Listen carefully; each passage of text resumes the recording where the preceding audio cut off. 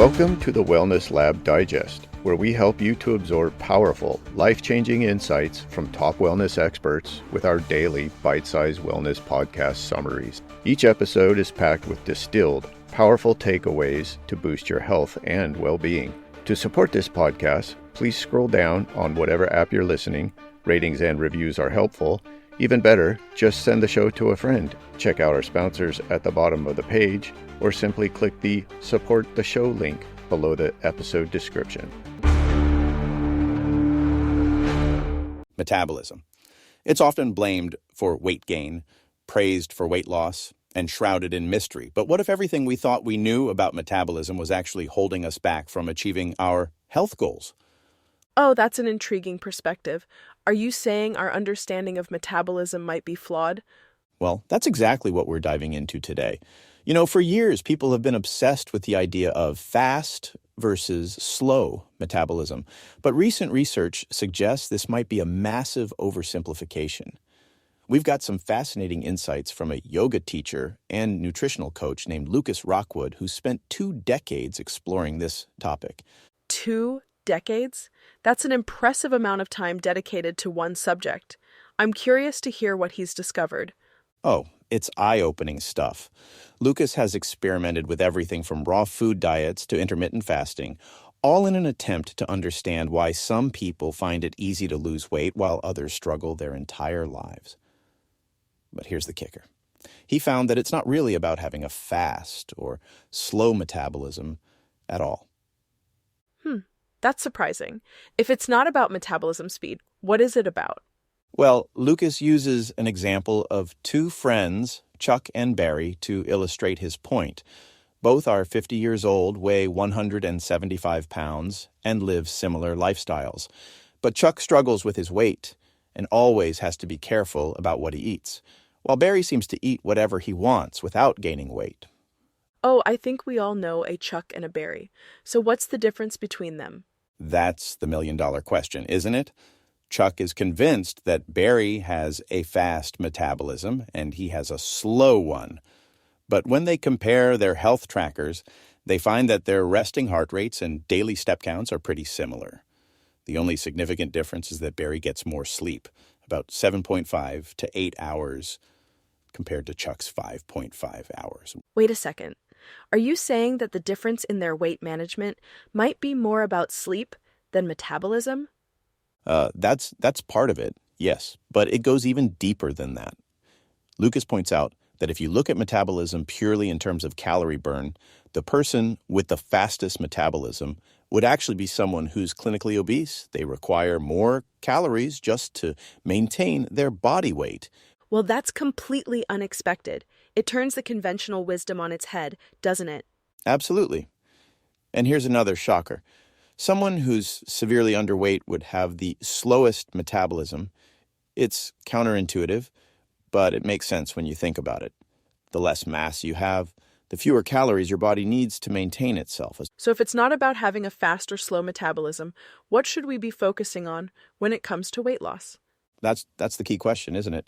According to Lucas, we should be looking at metabolic health rather than trying to speed up our metabolism.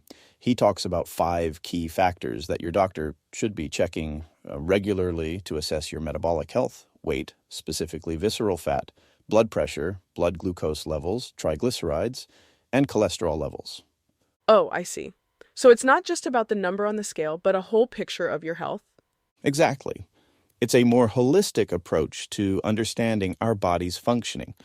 But here's where Lucas really hits the nail on the head. He says the most important question we should be asking when it comes to weight loss is, why am I still hungry? That's a great point. I know I've often struggled with feeling hungry, even after I've eaten a meal. Right. And that's the key difference between Chuck and Barry in our example. Barry feels satisfied after eating, while Chuck is still left with cravings. Lucas suggests 3 main factors that could be contributing to this: protein intake, sleep, and stress. Let's break those down. How does protein play into this? Well, studies have shown that protein is the most satiating macronutrient.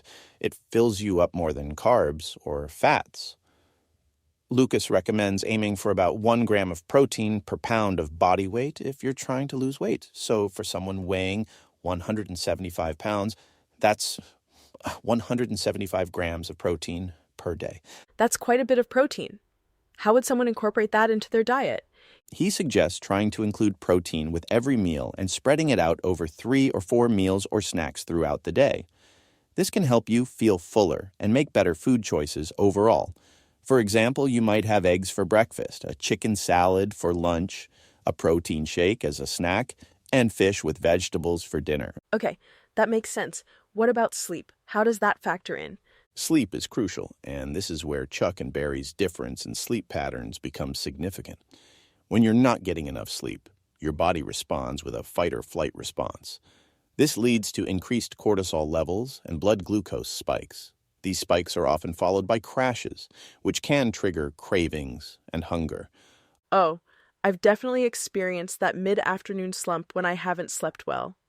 It's like my body is crying out for a sugar fix. Exactly.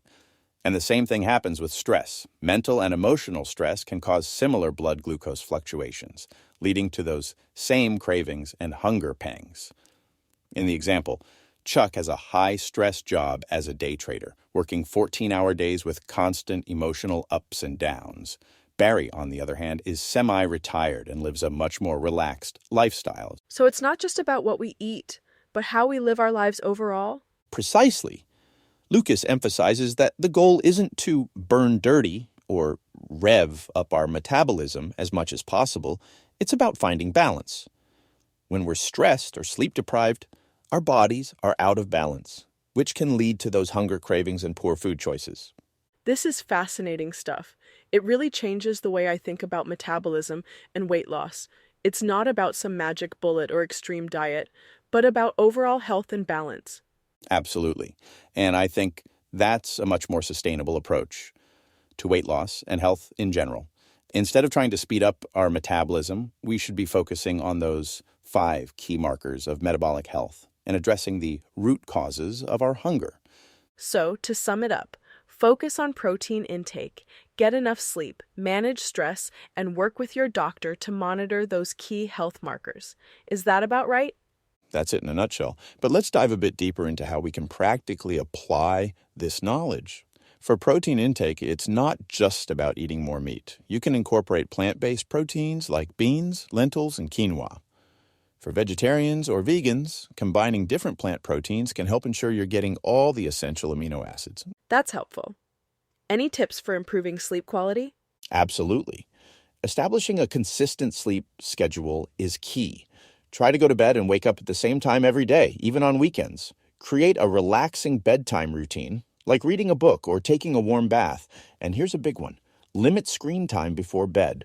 The blue light from our devices can interfere with our body's production of melatonin, the sleep hormone. Those are great tips. And stress management?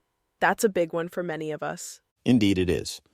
Stress management can take many forms, and what works for one person might not work for another. Some people find meditation or yoga helpful. Others might prefer physical exercise like running or weightlifting. The key is to find activities that help you relax and unwind. It sounds like there's no one-size-fits-all solution here.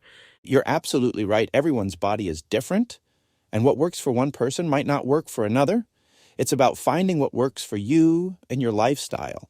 And remember, these changes don't happen overnight. It's about making small, sustainable changes over time. This has been incredibly informative. I feel like I have a whole new perspective on metabolism and weight loss now. Well, I'm glad you found it helpful. As we wrap up, I think it's worth emphasizing that this approach isn't just about weight loss. It's about overall health and well-being. Sometimes we get so caught up in the numbers on the scale that we forget about how we feel. Are we energized? Are we sleeping well? Are we able to enjoy our favorite activities? These are all important aspects of health that go beyond just weight. That's a great perspective to keep in mind. It's not just about looking good, but feeling good too. Exactly. And as we look to the future, I think we'll see more and more emphasis on this holistic approach to health. We might even see personalized nutrition plans based on individual metabolic profiles become more common. The field of metabolic health is constantly evolving, and I'm excited to see what new insights emerge in the coming years. It's an exciting time in health and nutrition research for sure. Well, that about wraps it up for today's episode. Remember, it's not about having a fast metabolism. It's about having a healthy one. Until next time, keep striving for balance and health in all aspects of your life. Thank you for listening to the Wellness Lab Digest. If you have received value from the podcast, I have 3 asks of you. 1, share the show with your friends and send them a link to the show. 2, please leave a rating and review in whatever app you're listening. And last but not least, please let me know what topics you would like us to cover in the future. You can contact me by sending me a message using the Send Us a Text link below the episode description.